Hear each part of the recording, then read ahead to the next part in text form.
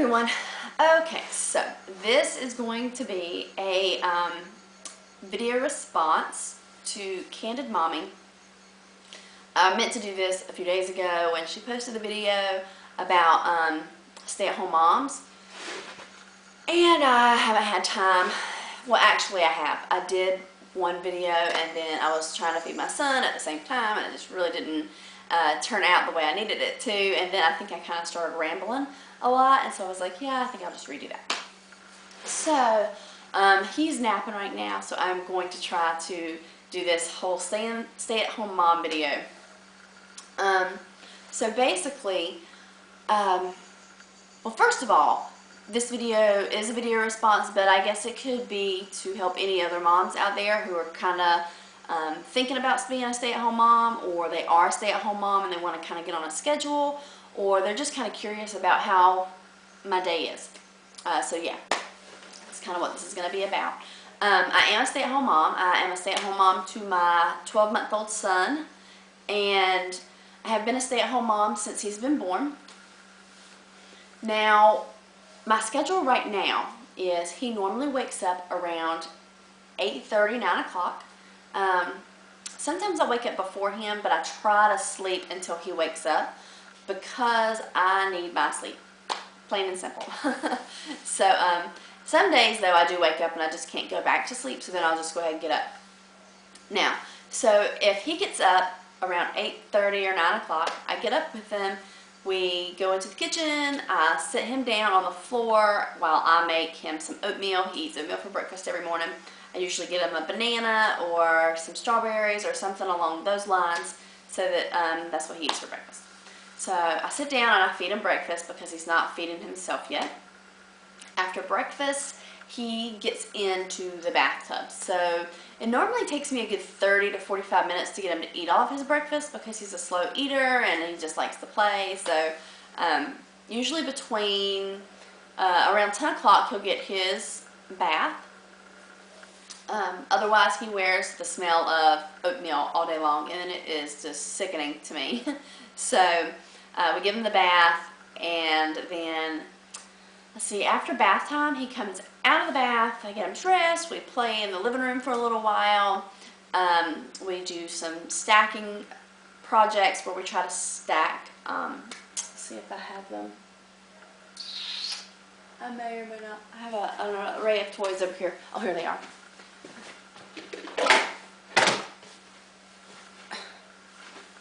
Okay.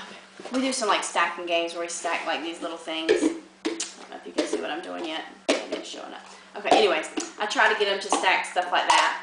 So we do that, we talk, we sing, we play, we just do all sorts of things. And so usually about 2.5 hours after he's woke up, he goes down for a mini nap. And normally that mini nap occurs anywhere where he falls. That nap I can't really, he doesn't really act like he's sleepy. He just all of a sudden rolls over and falls asleep. And so usually he is sleeping on the living room floor somewhere. Now sometimes he does skip his quick mini nap and he stays up for a longer period of time. Like today he woke up at 8:30 and he didn't go down till 1. So on days like that I kind of get thrown off, but I usually kind of bank for him to go to sleep a couple of hours after he's woke up. So normally what happens is after he falls asleep, I go run and jump in the shower. I shower up and then I come out and get ready, get my makeup on, get my hair dried. And if he's still asleep, then I may work on a video where I do product reviews, so I may try to do that. Or I may try to give myself something to eat. Sometimes I eat in the mornings, but normally I kind of wait till around lunchtime to eat. So then once he wakes up, he is going to play for a little while, and he normally plays by himself. I may check emails once he wakes up quickly, and by the time I get done checking emails, then it's around lunchtime, and so I get up and I cook him something to eat for lunch. Lunch varies from day to day on what he will eat and what he won't eat. After lunch, we normally go to the pool, or we will, if I have to go for groceries, we'll go grocery shopping. Sometimes we go to a place called Monkey Joe's, or we may go play on the playground, or just go for a walk. There's several different things that we kind of do. We just kind of mix it up from day to day. Also, if I have any running to do, like any errands, if I need to go shopping, like I said, grocery shopping, or if I need to pick things up at other different places, or if I have to do family visits, I go to my dad's maybe once, sometimes twice a week. So I do that after lunch. And on Tuesdays and Thursdays, his grandmother comes over, my mother-in-law, and she plays with him. And usually that's after lunch as well.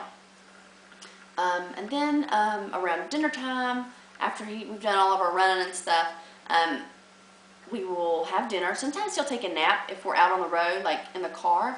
And if he does, then he normally wakes up when we come inside. If we are not on the road and we're kind of like home all day, sometimes he will and sometimes he won't take a nap around 4 or 5 o'clock. Then we have dinner. As far as dinner goes, sometimes I will throw like a roast in the crock pot, or throw some kind of chicken or something in the crock pot. It's easiest for me to cook using the crock pot because I can throw it in early morning, let it cook all day, and then by the time dinner time's here, it's already ready, and all I have to do is serve out the plates. So that is normally what I do as far as that's concerned. He does eat what we eat now, so we just kind of chop up what he's eating, and so I don't have to make anything special, so that doesn't take any more extra time out of my day. Then after dinner, my husband, depending on what time he comes home, he's off on Wednesdays and Thursdays, so the rest of the week he either comes home between 2:30 and 3 if he works morning shift, or if he's working the evening shift, he comes home between 7:30 and 8. So it really kind of depends. Sometimes we have dinner by ourselves, and sometimes we have dinner as a family. If my husband is working a late shift, then he gets to play with his daddy when he comes home. If not, then he's with his daddy pretty much for the most part of the day. He actually plays a little after dinner, and then he doesn't really go to bed until 10 o'clock, although we're trying to kind of fix that. We have tried everything under the sun, and he just doesn't go to bed before 10. Sometimes he even goes to bed later than that. So, I don't know. I don't know how to fix that. But so he does go to bed around 10 o'clock. And that is pretty much our day. It's pretty full. There's really no dull moment in the day. Being a stay-at-home mom can, and like you said, boring is not really the right word, but I mean, yeah, it can get a little monotonous at times. So I just kind of try to mix it up so that we're not doing the same thing over and over and over again. We do play this little chase me around the table game, which is good exercise for me and fun for him. He enjoys doing it, so we kind of crawl around on the floor together, and he climbs over top of me, and it's a lot of fun doing that. And sometimes I enjoy rowdy play more than I do kind of playing with his toys sometimes.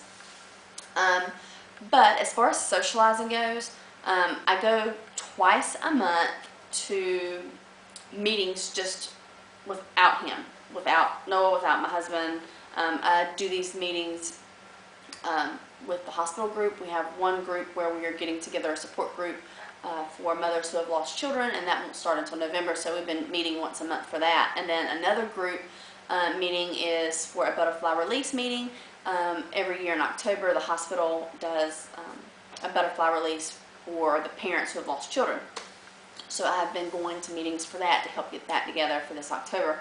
So those are the two things that I kind of do on my own to get out and socialize. Or it's really my only social outlet, should I say.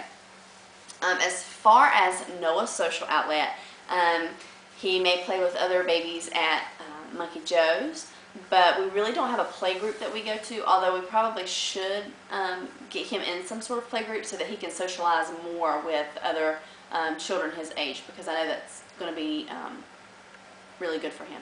So that's one thing that we are looking into, but we haven't really taken the initial steps to do that.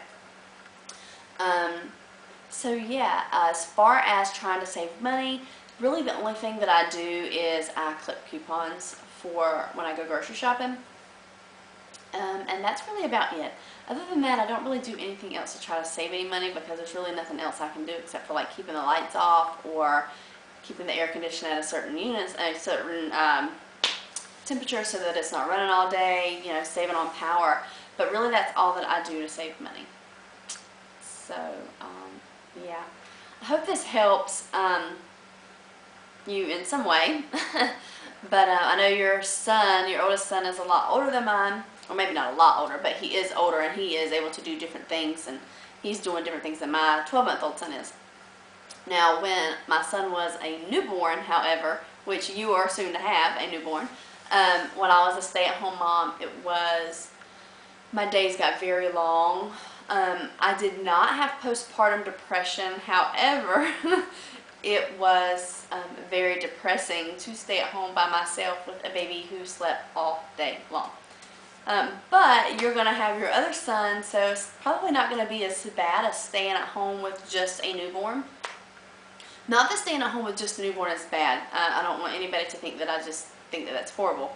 I think it's a great thing if a mother can stay at home with her children. But staying at home with my son when he was a newborn was very difficult. I cried a lot because I was just so frustrated. I didn't have any outlets. I didn't have anybody to talk to. My son was sick. He was having problems breastfeeding, and so I basically stayed home all day. I pumped all day.